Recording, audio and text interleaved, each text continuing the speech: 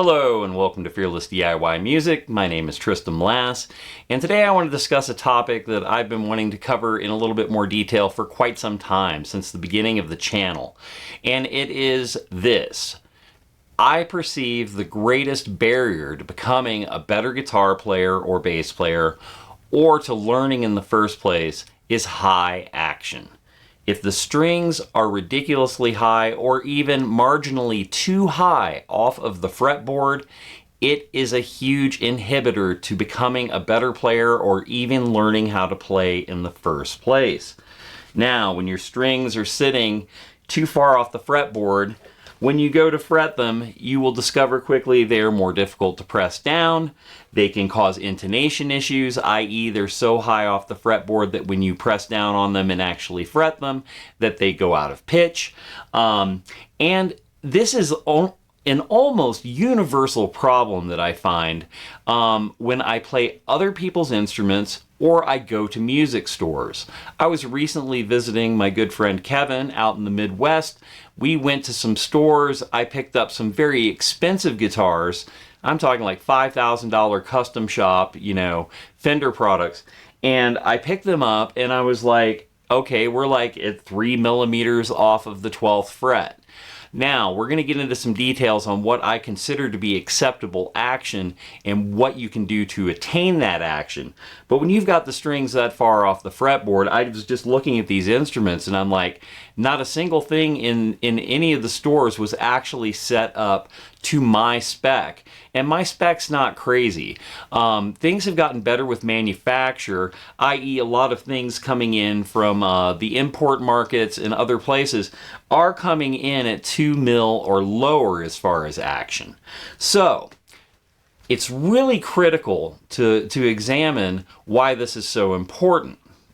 If the action's too high, like I said, not only it's a barrier in just like fretting in the first place, holding down bar chords effectively, playing scales cleanly. The lower your strings are with no buzzing or rattling, the better. As low as you can get them. That will make playing such a buttery and easy experience. Then you just have to worry about learning the notes, learning the chord shapes, learning your scale patterns. And if you're already a seasoned player, the lower that you get it, all of a sudden you're going to unlock things that you never thought that you could do, never thought were possible. So, how do we get to that 2 millimeter or below action? Well, your first step is to check the relief on your neck. We've gone over this before on the channel, but the way that I check the relief on a guitar neck is I hold my thumb on the 12th fret, my index finger on my left hand on the 1st fret, and then press right around the 6th fret. And sit there and see how much play there is. If the string is sitting pretty far off of the neck, and you have to press down significantly to get that string to contact the fret, you have too much relief, i.e. this is bowed like that, and it's almost like a bow and arrow. And what you want to do is you want to straighten out the neck to go ahead and lower that action. And you do that by tightening the truss rod. Go a quarter or a half turn at a time until when you do that test with your thumb and index finger, there's just barely, like the string just barely has to move to touch the fret. And that means that you've got your neck dead, or as close to dead flat as you can get it without having buzzing and rattling in between the 1st and 5th frets. Like I said, I will go ahead and have a link to a video that describes this in more detail down below. But that's the basics. Adjust your truss rod. That's your first move. Sometimes that will solve all your issues and all of a sudden your action will be great. You won't have any big gaps anywhere and you'll be below that 2 millimeter threshold at the 12th fret that you want to try to attain. The lower you can get, the better. I shoot for 1.5 millimeters at the 12th fret for my string height. So it's just barely, takes no effort to go ahead and get everything fretted. Now, truss rod adjustment done. Things are still not so good.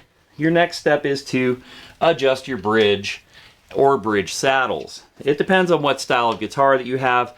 Once again, You can look up the specs. You can also just Google your instrument and how to lower the action or raise the action. On this guitar, there are 2 points where I can lower or raise, and then everything else is fixed. It would be the same on a tune-o-matic. However, when you get into Strat style instruments or instruments with, more complex vibrato systems or saddle systems, you can raise and lower the individual saddles. So you've done your truss rod adjustment. Next, try to lower your saddles. Get them as low as you can get. Try to hit that 2 mil or below. And if you've done that and you've got your neck flat, and you're getting some buzzing and rattling and can't quite get the strings low enough, the next step that you're going to have to do is you need to go ahead and check your frets and see if they need a level. Now, this gets into a little bit more than what somebody would normally want to do on their own. However, if you're an avid DIYer, I do have a video that will be linked down below that discusses how to go ahead and level your frets. And what am I talking about? I'm talking about like when you've got high and low frets and you're trying to get really low action on your guitar, get those strings as close to the frets as possible. If they're all uneven, you're going to have buzzing and rattling. The lower you drop the string, the more pronounced those high and low frets will be, and you'll have fret out, which means that when you try to bend a note or even fret a note, you'll start getting dead notes. And that's when you have to go through the leveling process to go ahead and get the frets leveled, and that should be about the most extreme solution that you would need to do. Another thing to keep in mind is your nut slots. If your nut slots are too shallow, the string will be the string at the first fret will be sitting too high, and when you fret, or when you fret in this first part of the fretboard up here, the 1st through 5th frets, you're going to have intonation issues once again. You want to have that once again, you're at the 1st fret, from the nut to the 1st fret, come here to the 2nd fret and just gently push. You should barely have to push the string down for it to contact that 1st fret. So, you have to check your truss rod. Sometimes that fixes everything. Truss rod and bridge adjustment. Sometimes that fixes everything. Next, I would check your nut slots. Make sure that they are not too shallow or too deep. If they're too deep, then you'll have dead notes on your 1st fret. Make sure that your nut is cut properly. So those 3 things right there should get you to that super buttery action that you're looking for. If you cannot get there with those things and you're getting buzzing and rattling, that's when you have to do a fret level. I fret level, currently I would say 85% of my instruments have been leveled by myself since I purchased them. The others I have tested and found that there were no high or low frets, or they had been leveled prior to me purchasing them. It is almost a prerequisite for me now to attain that kind of action that I'm looking for to make sure that I go ahead and level my frets. However, don't fret. You may not have to.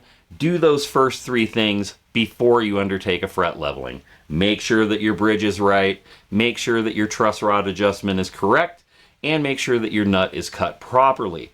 If you are not comfortable doing any of these things to attain 2 mil or below action, go ahead and talk to some friends, go to your local guitar stores, find a luthier. You can even, feel free to contact me in the comments, and if I know of anybody, I've been around the country, I know a lot of different stores, I know repair people all across the country. If somebody's close by you that I know that I can trust, I will direct you to their direction.